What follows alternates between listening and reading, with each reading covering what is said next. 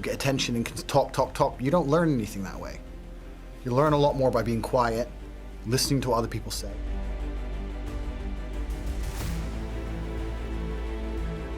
You can be nice to women. I'm not saying don't be nice. Idea of being nice in and of itself has no value because nice is something which is intangible. Nice is something that can be fabricated, right? You or I can go out there and be nice. We can be nice to people we don't like. Anybody can be nice. So if there's no scarcity attached, how can I have a value?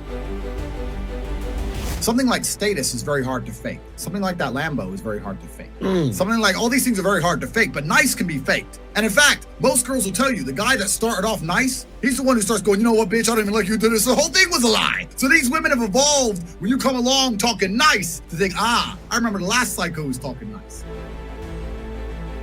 Nice is almost a red flag to a lot of women because why would you? And let's be honest, gentlemen. But the point is when a guy comes along trying to be nice, I think women instinctively kind of look at you and go, look, you just met me. You don't know me. And you're being extremely nice to me. And that to a degree, I think warns them. That's deceptive on some level. I think that's the reason they're semi-repulsed by it.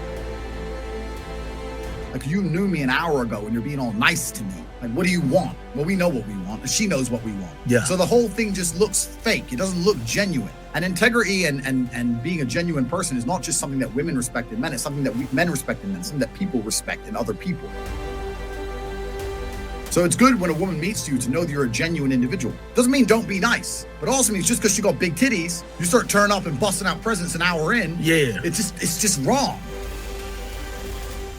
Guys think they can get what they want by being polite to girls. And that's mostly true because girls can't tell when a guy is false. You can play kind and get away with it, but once you realize a female isn't interested, you turn cruel. That's really ludicrous and borderline wrong because if you can't be genuinely polite, then it's best if you don't even pretend. Most women think a too nice guy is a red flag, so wonderful guys endure. Why be nice to a lady unless you want to bed her, says Andrew Tate. Although sexist, it makes some sense. Women become repulsed if a guy is overly kind to them because they assume he has a purpose or wants something. So it's a big turnoff for them because most women think that a guy is trying too hard or being too desperate when he's being polite. Almost all women have had men who started off nice but betrayed them. So you may have a better chance if you aren't too kind and infatuated with women. Having some ego and integrity is always good. When you're egotistic and don't talk to women, they find you intriguing. It doesn't mean you can't be polite, but you don't have to buy a woman dozens of gifts after an hour-long meeting just because she's lovely and you want to spend the night with her. Her plans are known. Most men who play nice have a hidden agenda, and women aren't fooled. Being nice takes time to master. Being kind is a phony personality feature you adopt to get your way, but it doesn't earn you much respect from women. Do you believe most men she encounters aren't mean? No, most guys like women for obvious reasons. Women will like you for who you are, not how you treat them. Good people may think you're trying too hard, and women don't appreciate desperate men. You'll save time and energy by being nice and getting them things instead of chasing them. You need to be perspicacious. You need to understand that in this world, there's a whole bunch of people doing amazing shit that you are not doing. And that needs to piss you off. Because if it pisses you off, you become motivated all of a sudden. I was the only one who was pissed off when that Aston Martin was next to me and I had my sales job. I was the only one who was pissed off when I saw that Ferrari drive past.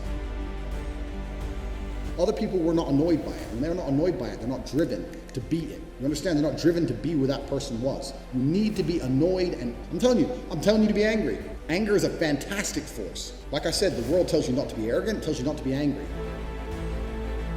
There's two things it tells you to do. Don't be arrogant, don't have an ego, and you don't have anger. It's perfectly fine for you to be pissed off. It's perfectly fine for you to look around at your life, look at the house you live in, look at the car you drive, and get pissed off and go, you know what, I want a hotter bitch, I want a faster car. There's nothing wrong if you take that anger and you direct it in the correct direction.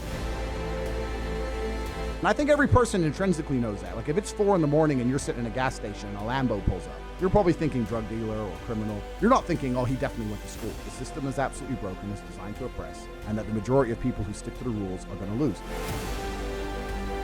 I don't want to sit here on a podcast that goes out to this many people and encourage anyone to break the law in any form. But the idea of the law-abiding citizen has been decimated in real time. In the last 2 to 3 years ago, you could stand there and proudly say, I'm a law-abiding citizen. The last 2 years, if they have not taught you that being a law-abiding citizen is going to turn you nothing into an experiment for Big Pharma, then you're an idiot. You can no longer obey the law. and I'm not saying you have to break the law, but you need to find a way to do what the elites do, which is bend the law. You can no longer sit there and go, I'm just going to follow the rules and it's going to be okay. No, it isn't. And if you're a man, it's your job to find a way to not be sticking to those rules enough to escape the matrix and become free. Because what's actually most crazy about this period of history is that it's actually the easiest time in human history to become rich. And the reason for that is because there's so many people inside the matrix being destroyed. Money has to go somewhere. I've made so much money during COVID, it's absolutely incredible, right? And a whole bunch of people got lucky.